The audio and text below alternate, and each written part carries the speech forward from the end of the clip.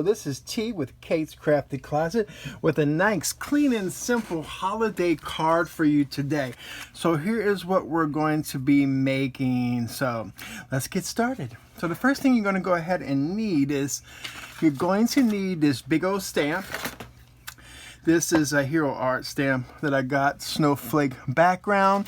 Any kind of Snowflake background stamp would work. If you only have one snowflake, you can create your own background by stamping it repeatedly all over the paper, creating a pattern. So we're going to use that. I'm using some Neenah Desert Storm 100-pound cardstock today. This is a top folding A2 size card, which means that it's 4 1/4 by 5 1/2. So we're going to put that to the side for a moment and hope we don't lose it in the midst of it. And this is just a panel that I cut down to 4 1/4 by 5 1/2 because we're going to die cut it later, so we won't have to. I always leave it bigger than what I want to use it for. That way I have more than enough room to complete what I want to do with the card. So again, I'm going to flip this over. It's great for these kind of backgrounds to put your cardstock on top of it because you get a little bit more even pressure. You don't have to worry about, and you can see where your paper goes. So I'm just taking some of my VersaMark watermark ink pad. You can use any one that you may have in your stash. So I'm just going to apply it generously. And I always do at least 2 to 3 times because there's a lot of coverage on here. And if I don't get a lot, I miss a spot, I'm okay with that because this is going to be like a snowflake looking background. So I'm going to take my panel and I'm going to put it on top of my cardstock, and I'm just going to hold it, and then I'm going to burnish it with my hand. And I always do it a few times to get it good coverage. Like I said, if it doesn't get the best, I'm okay because I can just say it's a snowflake background, so it's good. So I'm going to pull it off. I try to pull it up straight up so we don't smear. So we should be able to see our stamped image with that clear watermark ink. So the next thing we're going to go in, we're going to pull out a little ink blending tool, and I'm going to pull out my white pan pastel. So I'm just going to open it, and I will link all the products that I use in the description box below in case you want to go shopping. So I'm just going to grab some of that pan pastel. It's the white kind, and I'm just going to go ahead and use my applicator, and I'm going to apply it so wherever there is embossing ink on it, this pan pastel is going to go ahead and stick to it, and you're going to get some on your paper, all over your mat, and that's okay. And that's why I tried to tap a little bit off so we don't have excess stick to the back or the sides of our cardstock here. So that is pretty much covered. You miss a spot, you can always just go back in and grab, and see how this little corner, I missed a couple little areas, and totally 100% okay with that. So I'm just making sure I close this up because you do not want that falling everywhere because it could be a mess. So I'm going to put that to the side because we're pretty much done with that. And we're done with this. And I'm going to go in next and grab, from the previous video, remember I used that Hero Art stamp set right here. And I had the Merry Christmas that I used. So I'm going to go ahead and use that same Merry Christmas in today's video because I like to use my stamps for more than one purpose, you know. So this is a perfect opportunity for me to go ahead and do that. So here we have the little stamp platform from We Are Memory Keepers, and we're going to stamp that sentiment. This is just like a 1/2 inch scrap piece that I had lying around. So I still have that sentiment in there already.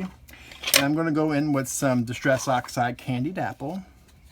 And because this is in an awkward little spot, I'm going to take one of these mini ink blending tools, and I'm going to pick up my ink just so I know I'm going to get good coverage. And I'm going to tap it onto my sentiment piece here. And these are available from Ranger, and you can also get these at local like Hobby Lobby and Joann's, they have these available. So I'm just applying it so I know I have enough on there. And what I like about this little platform is that I can put the strip in there and I can move it because it fits perfectly in between this little section right here. So I can go back and forth and I can repeat that sentiment if I want to have a repeating sentiment on it. And this, I want to make sure I have a little bit of extra room on the side, and I'm going to go ahead and put it down. I'm not going to push it down, so because I want to make sure that that's in there against those pegs really nicely. So, and then once I'm pretty sure it's there, I'm going to go ahead and stamp, and then I'm going to slide it out. And then, like I say, if you want to repeat that, you could just move it over and then move it over and get a repeat effect on that. So the next thing I'm going to do is I'm going to come in. I'm going to find where I want it to be. Okay, all right, that's good. I'm going to grab some adhesive. I'm still trying to use up that two-way glue so it doesn't run out on me, dry up on me without using it. And I'm just going to apply some of that on there. And next thing, I'm going to do my best to line it up, which I don't always do a very good job at, but I'm okay with that. Just kind of want this almost pretty much centered across the front. Like I said, if it doesn't work, I'm okay with that. Let this grab for a moment. Be careful if you press on your Oxide because it may not be dry, and you could smear it and ask me how I know that. Because I did that earlier when trying to complete this card. So I'm just going to trim this off a little bit on this side, so when I run it through my die cutting machine, it won't be too long and it won't fit through. So through the magic of television, we went ahead and used this postage stamp die, and I die cut it out, and this is what you get right here on that for our panel. So we're going to go ahead and do a few things to that as well. Now that we have our cutouts and all that good stuff, we're going to go ahead and use some of these little gems that I have and put onto the center of the snowflakes. You can put as many as you want. I got super happy earlier on the other one and I put several of them on there, but I'm just going to go ahead and do the best. I'm just going to do a couple of them. I'm going to do more than that, you know that. I'm going to do more than that. So I'm going to put one there. I'm going to put one actually next to the sentiment as well, just to kind of give it a little bit of, draw the eye towards that. And then I'm going to go ahead and put one up here. And they like to stick to my finger. I wish I had my tweezers close by, but I don't. And then we're going to grab, let's just grab, you can put as many as you want or as little as you want on here. It all depends on what the mood you're feeling like. And if you want to put a little bit extra glue on these, you can. But they're so tiny, I'm just not going to go there. I'm just going to press it down. Then I'll add one more, so we'll keep it in the odd family. Because, we're taught that odds are the better choice. So here we go.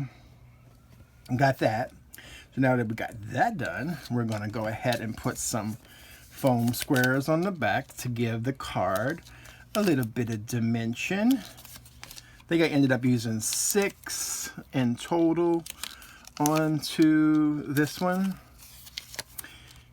And you can use more or less depending on what you want to do. And then we're going to bring in, I'm going to put this aside for just a moment, and one of the little gems come flying off, and that's okay. It's the one down yonder. We can fix that. We can just press it back down on there. And of course you want to press it down when the glue side is on the cardstock, not on your finger, right? So there, we got it. Boom. And we're going to come in with our card panel. And first, before I do that, I'm going to clean up a little bit of this pan pastel off of my work surface so it doesn't transfer too much on there. And the first thing I'm going to go ahead and do is like I die cut.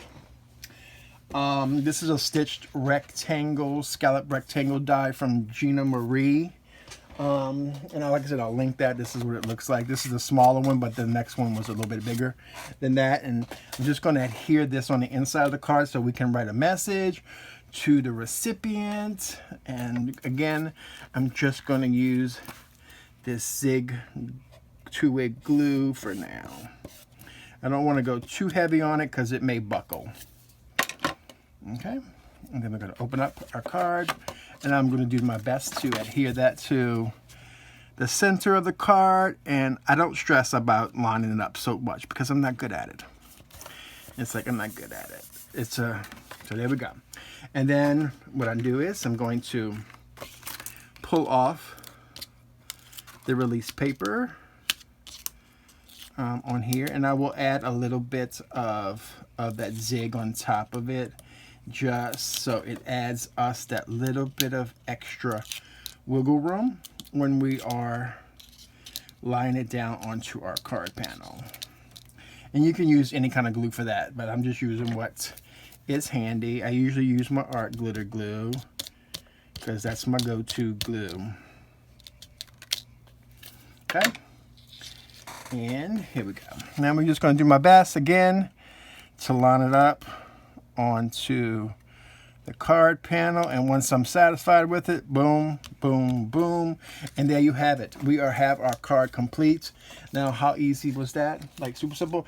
You can, this one kind of shiny. If you see how you move it in the light, you get that different look for it. And you can do this with embossing powder. You can also use white ink. You're going to get 3 different results with that. So that's the great part about it. You can do it 3 different ways and have 3 completely different looking cards. So that's the best part about it. So again, I will link all the products that I used today in the description box below. Make sure you hit that like button if you enjoyed this tutorial, and also hit that subscribe button if you haven't done so already. And when a notification bell comes up, go ahead and hit that, because YouTube is supposed to notify you when and each and every time I upload new videos. So again, thank y'all for joining me, and you all have a craft today, y'all.